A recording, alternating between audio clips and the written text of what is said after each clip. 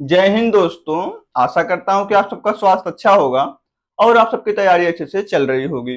दोस्तों, आज की ये जो वीडियो है ये पूर्णतः ऑप्शनल सब्जेक्ट के ऊपर आधारित रहने वाली है। आज की इस वीडियो में हम बात करेंगे कि ऑप्शनल सब्जेक्ट के अंदर हमें क्या क्या प्रॉब्लम्स का सामना करना पड़ता है। ऑप्शनल सब्जेक्ट को चूज करने से पहले हमें किन किन चीजों पर ध्यान देना है, हम ऑप्शनल सब्जेक्ट किस तरीके से प्रिपेयर कर सकते हैं। तो ओवरऑल ऑप्शनल सब्जेक्ट के ऊपर जो भी आपके डाउट बन सकते हैं, आज की इस वीडियो में मैं उसे दूर करने वाला हूं। तो चलिए वीडियो को बहुत लंबा नहीं करते हैं और ऑप्शनल सब्जेक्ट से रिलेटेड हर पॉइंट पे बात करते हैं। तो सबसे पहले बात ये आता है कि ऑप्शनल सब्जेक्ट को प्रिपेयर किस तरीके से किया जाए। क्योंकि ऑप्शनल सब्जेक्ट आप सबको पता है एक अच्छा मार्क स्कोर करा सकता है आपका मेंस के अंदर, वो आपकी एक अच्छी रैंक डिसाइड करा सकता है। इसलिए ऑप्शनल सब्जेक्ट का बहुत ही इंपॉर्टेंट रोल होता है आपकी तैयारी के अंदर।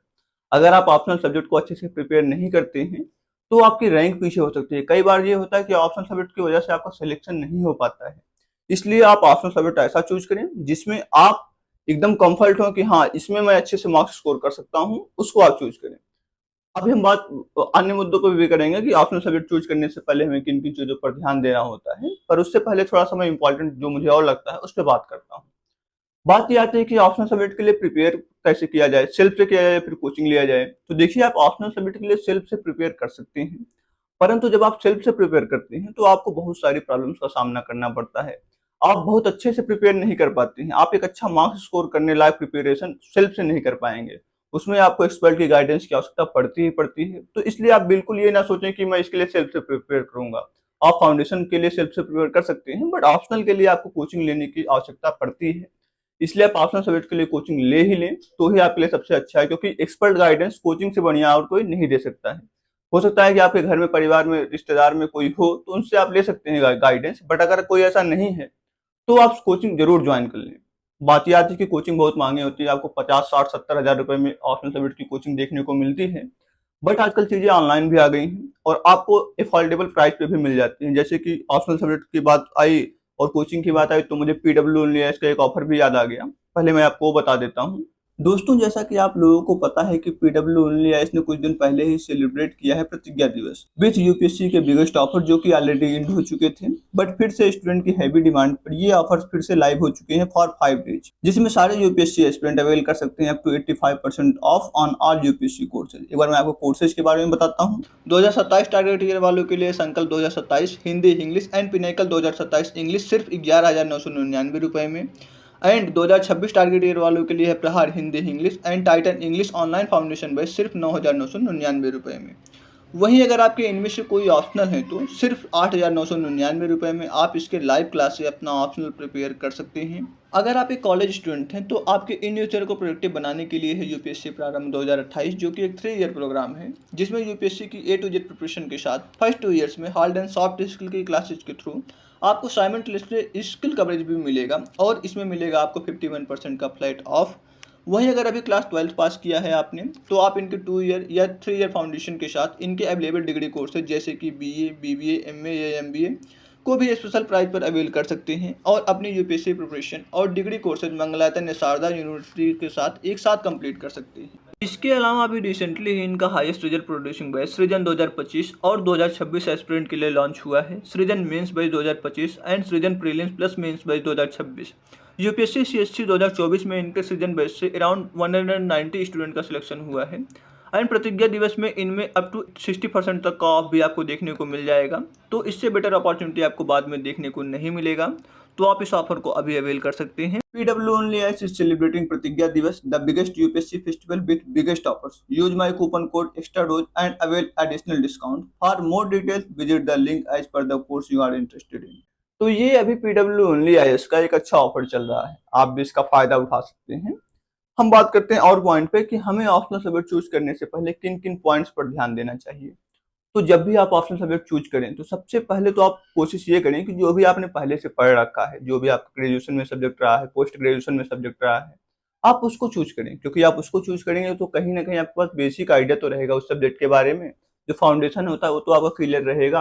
आपको ये पता रहेगा कि इस सब्जेक्ट में बेसिक बेसिक टर्म्स क्या हैं, किस तरीके से इसको हम बता सकते हैं। तो ये आप कोशिश करिए कि सबसे पहले तो आप उस सब्जेक्ट को प्रायोरिटी दें, अगर आपका इंटरेस्ट है जो आपने पढ़ रखा है। अगर ऐसा नहीं है तो उसके बाद आप ये देखें कि आपका इंटरेस्ट किस सब्जेक्ट में है। जिस सब्जेक्ट के अंदर भी आपका इंटरेस्ट हो आप उस सब्जेक्ट को प्रायोरिटी दें। आप जब भी, क्योंकि जब तक आपका इंटरेस्ट सब्जेक्ट में बनेगा नहीं तब तक कोई फायदा नहीं कोई वो सब्जेक्ट चूज करने का, क्योंकि जब आपका इंटरेस्ट होगा तभी आप पढ़ पाएंगे। क्योंकि ऑप्शनल सब्जेक्ट का जो सब्जेक्ट होता है वो ऐसा नहीं कि आपको 2-4 घंटे ही पढ़ने हैं, वो आपको डेली बेसिस पे पढ़ना है। 4-5 घंटा आप डेली बेसिस पे पढ़ेंगे तो आप एक अच्छा मार्क्स स्कोर करने लायक पढ़ पाएंगे। तो इसलिए ऑप्शनल सब्जेक्ट ऐसा ही चूज करें जिसको आप डेली बेसिस पे पढ़ पाएं, और डेली बेसिस पे आप तभी पढ़ सकते हैं जब आपका इंटरेस्ट आता है। तो पहले प्रायोरिटी ये देना कि जो आपने पढ़ रखा है, दूसरा प्रायोरिटी ये देना है कि जो इसमें आपका इंटरेस्ट हो, तीसरा प्रायोरिटी की अगर हम बात करें तो तीसरी प्रायोरिटी उस सब्जेक्ट को देनी है जो कि अगर आपका इन दोनों में से कुछ नहीं है तो जिस सब्जेक्ट का मार्केट में आप देख रहे हैं ट्रेंड है, जिस सब्जेक्ट में अच्छा मार्क्स स्कोर हो रहा है आप उसको चूज करिए। क्योंकि अच्छा मार्क्स स्कोर हो रहा है इसका मतलब आप उसमें अच्छा मार्क्स स्कोर कर सकते हैं। तो चूंकि ये हमेशा ट्रेंड चेंज होता रहता है, कभी आपको PSIR में अच्छा मार्क्स देखने को मिलता है, कभी जियोग्राफी में देखने को मिलता है, कभी हिस्ट्री में देखने को मिलता है, कभी सोशियोलॉजी में देखने को मिलता है। तो ये सब्जेक्ट का ट्रेंड जो है चेंज होता रहता है। तो आप देखें कि इस ईयर में कौन सा सब्जेक्ट का ट्रेंड अच्छा है, तो आप उस अकॉर्डिंग जो है अपना ऑप्शनल चूज कर सकते हैं। अब चूंकि ट्रेंड तो ही सब कुछ होता नहीं है, आप एक चीज और देख सकते हैं। आप यूपीएससी की साइट पर जाइए, या मैं भी इस वीडियो के नीचे डिस्क्रिप्शन दे दूंगा, लिंक दे दूंगा, जिसके माध्यम से आप जा सकते हैं उस लिंक के ऊपर और आप वहां से देख सकते हैं कि किस टॉपर का कौन सा ऑप्शनल रहा है। तो आप वहां से देखिए मतलब ज्यादातर सिलेक्शन किस ऑप्शनल सब्जेक्ट से हुआ है, फिर आप उसको चूज कर सकते हैं। क्योंकि जिस ऑप्शनल सब्जेक्ट से ज्यादा सिलेक्शन हो रहा है इसका मतलब कहीं ना कहीं ऑप्शनल सब्जेक्ट अच्छा है। ये कुछ पॉइंट्स है। इसके साथ साथ एक और पॉइंट जो मैं आपको बताना चाहूंगा, अगर आपके पास टाइम कम है, वैसे तो अभी 1 साल का पूरा समय बचा हुआ है, पर कुछ लोग इस बार का ऑफ मतलब मेंस लिख रहे हैं, अभी उनका प्रीलिम्स का 2 दिन पहले रिजल्ट आया है, तो उनके लिए जो मतलब वो कर सकते हैं, वो ये भी कर सकते हैं कि जो ऑप्शनल सब्जेक्ट छोटा है, अगर उन्होंने ऑप्शनल नहीं पढ़ रखा है, तो वैसे मैं उम्मीद करता हूँ कि सभी ने अपना ऑप्शनल कंप्लीट कर रखा होगा अभी तक। बट अगर नहीं पढ़ रखा है तो उनके लिए है कि जो सबसे छोटा ऑप्शनल उनको देखने को मिलता है, जैसे कि सोशियोलॉजी है, फिलोसफी है, इस तरीके से जो ऑप्शनल सब्जेक्ट है काफी छोटे हैं। और PSIR हुआ, हिस्ट्री हुआ, ये सब ऑप्शनल काफी बड़े बड़े होते हैं। तो बड़ा ऑप्शनल ना ले, छोटा सा ऑप्शनल ले लें कोई, ताकि उनका 1-2 महीने के अंदर अच्छे से प्रिपरेशन हो जाए। पर ये बहुत कम टाइम है, मुश्किल है बहुत, बट छोटा ऑप्शन ले सकते हैं। और भी लोग मतलब जिनको लगता है कि ऑप्शन सब्जेक्ट बहुत बड़ा नहीं लेना चाहिए, तो वो भी छोटा ऑप्शन चूज कर सकते हैं। तो ये कुछ 4-5 जो पॉइंट्स होते हैं ये काफी इंपॉर्टेंट होते हैं। ऑप्शन सब्जेक्ट चूज करने से पहले हमें इन पॉइंट्स पर ध्यान देना होता है। एक और जो इम्पोर्टेंट चीज मैं आपको बताना भूल गया, जब भी आप ऑप्शनल सब्जेक्ट लें तो आप ये देखें कि किस ऑप्शनल सब्जेक्ट से रिलेटेड मार्केट में अवेलेबिलिटी ज्यादा है। ऐसा ना हो कि आप कोई ऑप्शनल सब्जेक्ट ले लें और उससे रिलेटेड आपको टीचर्स ही नहीं मिल पा रहे हैं। जैसे कि मैथमेटिक्स होता है, फिजिक्स होता है, इस तरीके से कुछ ऐसे ऑप्शनल होते हैं जिनको आपको टीचर ही नहीं अच्छा मिल पाता है। 1-2 आपके पास ऑप्शन ही होते हैं, तो वहां पे आप चूज नहीं कर पाते हैं। मार्केट के अंदर आपको उनकी बुक्स नहीं मिल पाती हैं, अच्छी अवेलेबिलिटी नहीं होती बुक्स की, तो आप ऐसा भी ऑप्शन ना ले लें जिससे रिलेटेड आपको रिसोर्सेज देखने को नहीं मिल रहे मार्केट में। आपको परेशान होना पड़ रहा है कि आप पढ़े कहाँ से, किस तरीके से पढ़ें, बुक्स कौन से फॉलो करें, उसके लिए ज्यादा अवेलेबिलिटी नहीं है, तो आप ऐसा ऑप्शनल सब्जेक्ट भी ना ले लें। तो ये कुछ पॉइंट्स होते हैं जो कि ऑप्शनल सब्जेक्ट चूज करने से पहले हमें ध्यान देना होता है। अब थोड़ा सा हम बात करते हैं कि ऑप्शनल सब्जेक्ट अगर आप अच्छा चूज करते हैं तो उससे आपको बेनिफिट क्या क्या होता है।